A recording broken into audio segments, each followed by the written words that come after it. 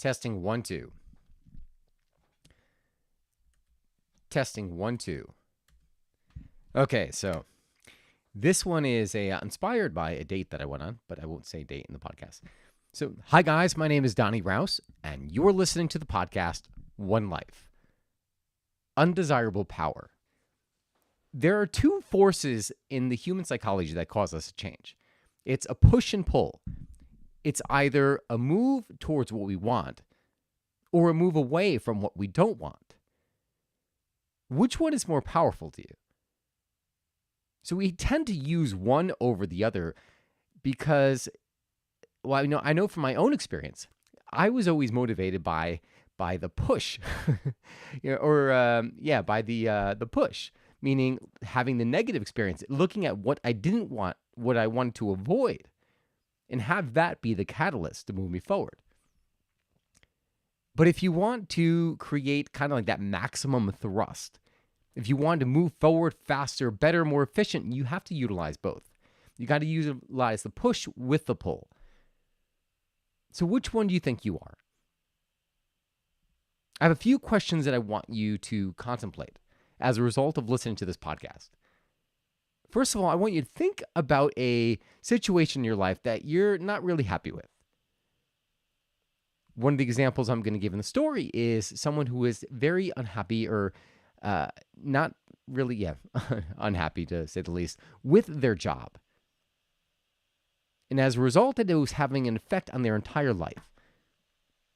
So it doesn't have to be something as big as that, but if it's more comfortable for you, you can start with something small, like maybe getting to the gym.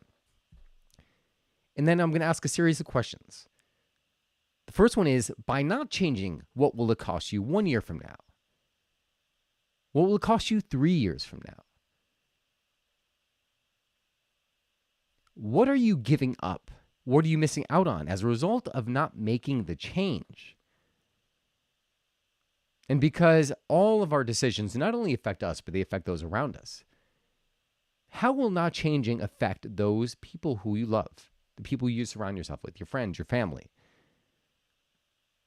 And then last, because we don't want to always focus on the push, we want to focus on the pull, the thing that's going to pull us towards the desired outcome that we want. How will your experience of life change as a result of taking that action, making that decision? What will it bring into your life? I was out on a date, I think it was this past week. I lost track of time. But as I was on this date, I was talking with this person, and she was kind of sharing me her experiences at work, and literally just kind of opened up the floodgates on me. One of the things she was talking about was her career and how she was very unhappy with it, but it was a stable job. She went on to say, every day I sit at my desk and I say to myself, what the fuck am I doing here? I am literally quoting her. When I asked her what she wanted, she's like, well, I wanted to her desire was she wanted to travel more. Here was so I, of course, being a traveler, I gave her a bunch of options. Like, well, if that's what you want to do, that's easy. We can totally, I could totally help you plan this out. And the irony is that her job was remote. So if she wanted to, she could literally work from anywhere in the world and have her American salary, which is invaluable. So I was trying to tell her all these things and like all the possibilities that were there. But she couldn't see it. She couldn't see the opportunity right in front of her face. The thing that she was focusing on was, well, but isn't it so risky? Like, what if something happens? What if, I go there and I think she even quoted like the movie Hostel, which everyone quotes like as it being like not safe for women to travel. I will say, if you're female, yes, you have to pay more attention to your surroundings. But to say that it's less safe, I think is just a limiting story that a lot of women tell themselves. And the reason why I say this was because I was very hesitant to travel solo. But then when I was on some of these trips, I would meet women who were traveling by themselves. Some of them a lot younger than me, like 15 years old, traveling Europe by themselves, backpacking. And even in Africa, I met like an 18-year-old. I'm like, what the heck? Why am I afraid? Well, the 18-year-old, I was traveling solo when I met them. But the point of the story is that your story can either control you, pull you forward, or it could hold you back. So if that is the story, I want you to just kind of create a new mental script. But going back to the story. So she was going about how scary it would be to go off on her own, just travel solo. And she was also went into, I think, like the risk. She's like, well, I can't believe that you took that risk. I was telling her how when I started out, like I was working corporate and I was very unhappy with my job. Great people. I worked with awesome people. But it just wasn't work that was aligned with me. I would literally sit at my desk every single day, be like, oh my God, is this all there is? I probably used the language that she used too. Until one point I hit a threshold and I made the decision to pursue my passion for coffee. And as a result of that, also traveling the world. So do you need to hit that emotional threshold before you can make a change? I will say no, you do not have to hit that emotional threshold, but it's going to take you asking yourself a different set of questions. And those questions will put you in the mindset or in that experience of looking 10 years down the road of not making change. And then what would happen if you made the change? So a lot of time we're more afraid of making the change, so much so that we're willing to stay in the discomfort because we're afraid of the unknown. It's like the devil you know is worse than the devil you don't know. But I'm promising you that the devil you don't know is probably a lot kinder, because at least it forces you into making a decision. Because then once you make that decision, then you could correct. But when you're on the fence, you're staying on the fence. There is no decision. No decision is a decision. It's a decision to stay exactly where you are and experience more pain until you hit that threshold. But if we are, living with the premise that life is precious, every moment is a blessing, then we really want to seize every single moment. We want to live every moment to its fullest. Now, in theory, it sounds great. In actuality, life is full of up and downs, right? We can't be happy 100% of the time, but you can monitor and be aware of the thought processes going on in your head and making shifts where you need to make those shifts. So I thought about this experience, and I was like, well, it's almost like, and I was reading this morning in the book Cybernetics. And in the book, they were saying, imagine someone who needed to get their arm amputated. Like, until you can prove to them that getting their arm amputated is more desirable than keeping it, they'll never give up their arm. So when you think of, what does that mean?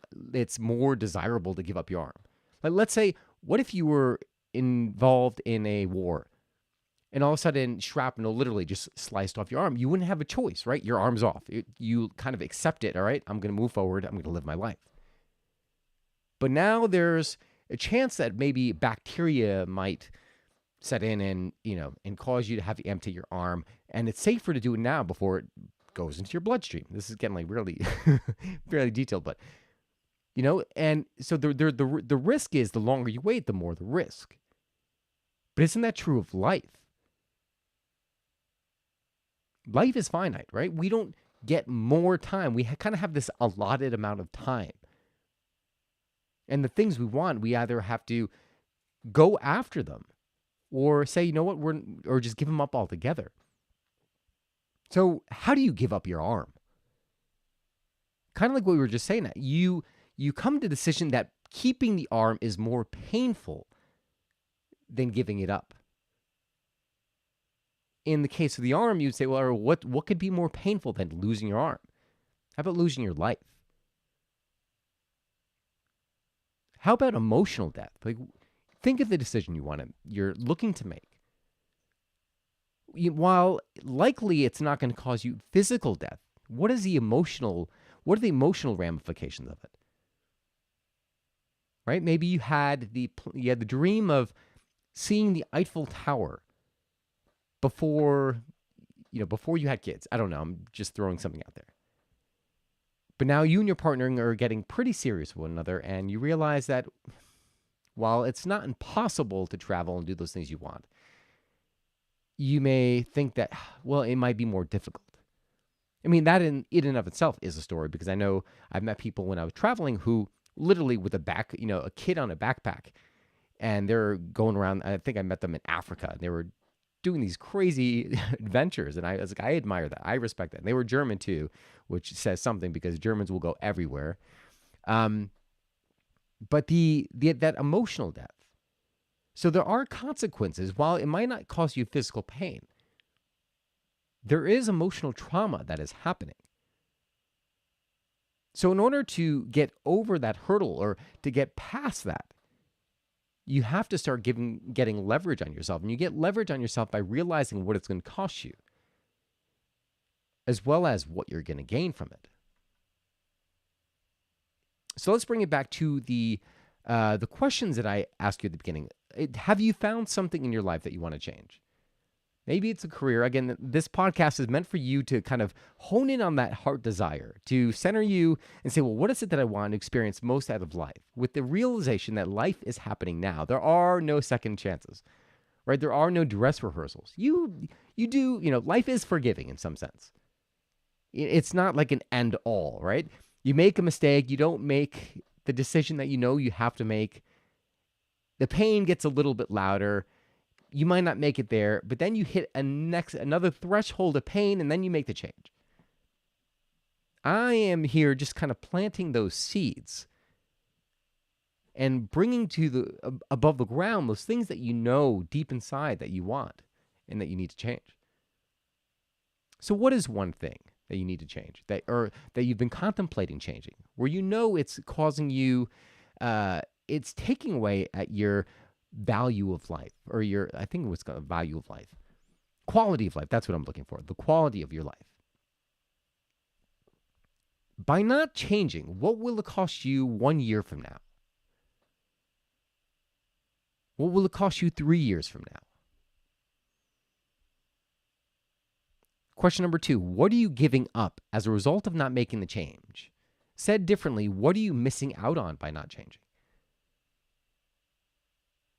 So often we may look at the decision we have to make and be like, oh my gosh, yes, we're afraid of making it, but we don't put ourselves into the other side. Like once we made it, because a lot of time, all that fear, all that stuff literally, once you've decided, the fear, everything disappears. And now you're on the other side. Third, how will not changing affect those around you? If you think you're the only one that's affected by this thing that you've been juggling, you're wrong. Because it affects your psychology, it affects your emotional health. And just from that alone, that affects every single person you interact with. How do you think you interact with your family? If you are feeling down and sad, do you show up fully? How about your significant other, your spouse? And then lastly, what will you experience as a result of making the change? How will your life improve? That is the poll. I hope you take the time just to journal, because this could be a very, very powerful just homework for you. Because this is literally how most of the decisions are made. Usually you'll have something that it has such an intense pull that you literally will not even think about it and make the decision. Or you're sitting there and it's not until you experience enough pain that you actually make the decision. Both are at play. Thank you guys so much for tuning in. I realize you could be listening to anything, but you're here with me, spending time, hopefully with a cup of coffee in hand. And I want you to know that I am appreciative and grateful for it. If you love this podcast, please consider subscribing, so this way you do not miss a single episode. because it really is repetition. It's a matter of hearing these things over and over and over, reminding you of the truth, reminding of your true desire. That's what's going to get you to move forward. That's what's going to give you the life that you want by constantly putting focus on those things. So again, please subscribe, share it with your friends. And if you have any questions, comments, or if you'd like to purchase some of my amazing Rouse coffee, I suggest trying the cold Roman espresso. You can do so by visiting www.DonnyRouse.com. Again, DonnyRouse.com. And that is a wrap. God bless you all. Thank you so much for tuning in, and I will see you again soon.